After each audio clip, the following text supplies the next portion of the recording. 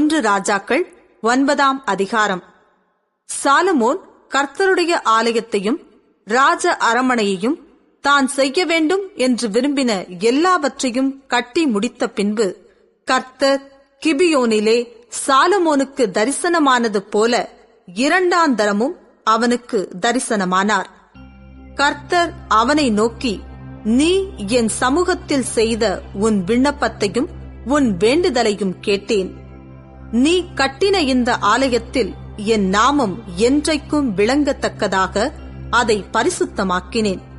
என் கண்களும் என் இருதயமும் எந்நாளும் அங்கே இருக்கும். நான் உனக்கு கட்டளையிட்ட எல்லாவற்றையும் நீ செய்து என் கட்டளைகளையும் என் நியாயங்களையும் கைக்கொள்ளும்படிக்கு என் சமூகத்தில் மன உத்தமமும் செம்மையுமாய் உன் தகப்பனாகிய தாவீது நடந்தது போல நடப்பாயானால் இஸ்ரவேலின் சிங்காசனத்தின் மேல் உட்காரும் புருஷன் உனக்கு இல்லாமற் போவதில்லை என்று உன் தகப்பனாகிய தாவீதோடே நான் சொன்னபடியே இஸ்ரவேலின் மேலுள்ள உன் ராஜ்யபாரத்தின் சிங்காசனத்தை என்றைக்கும் நிலைக்க பண்ணுவேன்.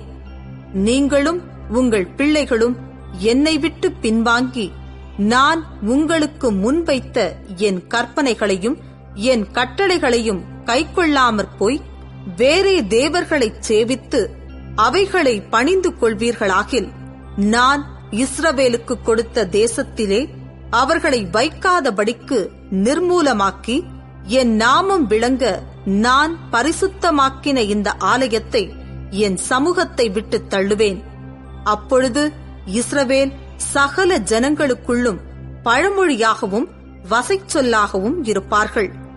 அப்பொழுது உன்னதமாயிருக்கிற இந்த ஆலயத்தை கடந்து போகிறவன் எவனும் பிரமித்து பகிடியாய் ஈசலிட்டு, கர்த்தர் இந்த தேசத்துக்கும் இந்த ஆலயத்துக்கும் இப்படி செய்தது என்ன என்று கேட்பார்கள். அதற்கு அவர்கள் தங்கள் பிதாக்களை எகிப்து தேசத்திலிருந்து புறப்பட பண்ணின தங்கள் தேவனாகிய கர்த்தரை விட்டு வேறே தேவர்களை பற்றிக்கொண்டு அவர்களை நமஸ்கரித்து சேவித்தபடியினால் கர்த்தர் இந்த தீங்கை எல்லாம் அவர்கள் மேல் வரப்பண்ணினார் என்று சொல்லுவார்கள் என்றார். சாலமோன் கர்த்தருடைய ஆலயமும் ராஜ அரமனையுமாகிய 2 மாளிகைகளையும் கட்டி நிறைவேற்றுகிற 20ஆம் வருஷம் முடிவிலே தன்னுடைய விருப்பத்தின்படியெல்லாம் தனக்கு கேதுரு மரங்களையும் தேவதாரி விருட்சங்களையும் பொன்னையும் கொடுத்து வந்த தீருவின் ராஜாவாகிய ஈராமுக்கு ராஜாவாகிய சாலமோன் கலிலேயா நாட்டிலுள்ள 20 பட்டணங்களை கொடுத்தான். ஈராம் தனக்கு சாலமோன் கொடுத்த பட்டணங்களை பார்க்கிறதற்கு தீருவிலிருந்து புறப்பட்டு வந்தான். அவைகளில் அவன் பிரியப்படவில்லை. அதனாலே அவன், என் சகோதரனே, நீர் எனக்கு கொடுத்த இந்த பட்டணங்கள் என்ன பட்டணங்கள் என்றான். அவைகளுக்கு இந்நாள் மட்டும் வழங்கி வருகிறபடி காபூல் நாடு என்று பெயரிட்டான். ஈராம் ராஜாவுக்கு 120 தாலந்து பொன் அனுப்பியிருந்தான். பிடித்த அமஞ்சி ஆட்களைக் கொண்டு சாலமோன் ராஜா தான் கர்த்தருடைய ஆலயத்தையும் தன் அரமனையையும் மில்லோவையும் எருசலேமின் மதிலையும் ஆத்சோரையும் மெகிதோவையும் கேசேரையும் கட்டினான். கேசேரை ஏன் கட்டினான் என்றால், எகிப்தின் ராஜாவாகிய பார்வோன் புறப்பட்டு வந்து அந்த கேசேர் பட்டணத்தை பிடித்து அதை அக்கினியால் சுட்டெரித்து அதிலே குடியிருந்த கானானியரை கொன்று போட்டு அதை சாலமோனின் மனைவியாகிய தன் குமாரத்திற்கு சீதனமாக கொடுத்திருந்தான். சாலமோன் அந்த கேசேர் பட்டணத்தையும் கீழ் பெத்தரோனையும் பாலாத்தையும் வனாந்திர வெளியிலுள்ள தத்மோரையும் தனக்கு இருக்கிற ரஸ்துக்களை வைக்கும் சகல பட்டணங்களையும் ரதங்கள் இருக்கும் பட்டணங்களையும் குதிரை வீரர் இருக்கும் பட்டணங்களையும் எருசலேமிலும் லீபனோனிலும் தான் அரசாண்ட தேசமெங்கும் தனக்கு இஷ்டமானதையெல்லாம் கட்டினான்.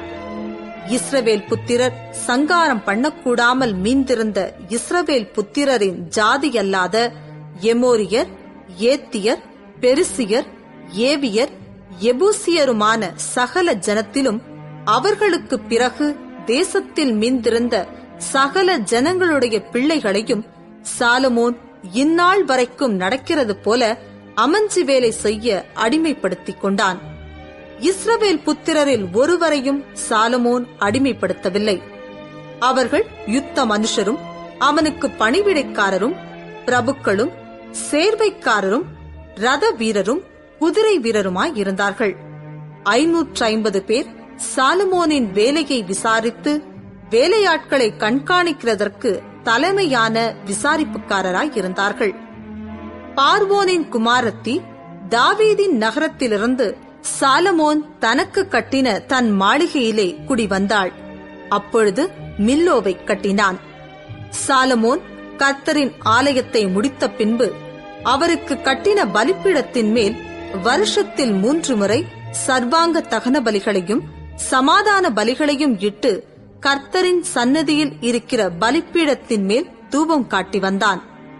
ராஜாவாகிய சாலமோன் ஏதோம் தேசத்தில் சிவந்த சமுத்திர கரையிலே ஏலோத்துக்கு சமீபத்திலுள்ள எசியோன் கேபேரிலே கப்பல்களைச் செய்வித்தான்.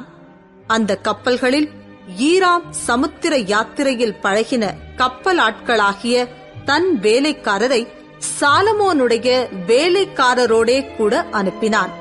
அவர்கள் ஓப்பீருக்கு போய் அவ்விடத்திலிருந்து 420 தாலந்து பொன்னை ராஜாவாகிய சாலமோனிடத்தில் கொண்டு வந்தார்கள்.